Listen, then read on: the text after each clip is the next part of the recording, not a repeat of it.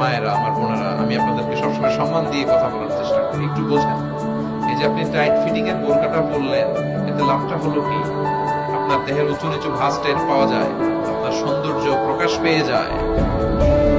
হেজাব আল্লাহ এমনি এমনি দেয় নাই, যার সম্মান বেশি ওটার প্যাকেট বেশি। নারীদেরকে তো ইসলাম মর্যাদা দিয়েছে। বিষ্ণু বলেছেন, দুনিয়া কুল্লুহা মাতা ওয়া খায়রু মাতা'আদ দুনিয়াল মারআতুস সালিহা। দুনিয়া সব হলো সম্পদ, আর এই সব সম্পদের মধ্যে সবচেয়ে দামি সম্পদ হচ্ছে নেককার নারী। এদের পেটগুলা খনি। এই নেককার নারীগুলো যদি হিজাব মেইনটেইন করে, এই পেটগুলো থেকে আল্লাহওয়ালা বেরোবে, নাজমুস সাকিব বেরোবে, কারি আহমদ বিন ইউসুফ আল আজহারি বেরোবে, বড় বড় মুফাসসিরে কোরআন বেরোবে।